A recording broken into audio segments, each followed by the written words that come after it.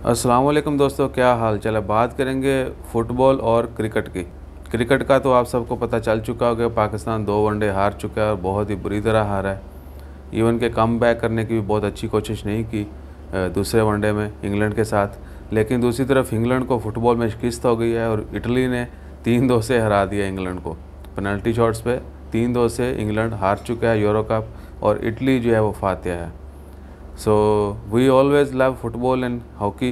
पाकिस्तान की हॉकी को बहुत सपोर्ट करते थे, लेकिन हॉकी का इतना भयानक इन्होंने कर दिया। और तू कितने जा रहे हैं, ये भी पाकिस्तानी खिलाड़ी तरह आउट हो रहा है। सो सपोर्ट करें क्रिकेट को, सपोर्ट करें हर गेम को, हर स्पोर्ट्स को, और ख़ुद भी किसी न किसी स्पोर्ट्स से मुंसलिक रहें, हेल्थी रहें।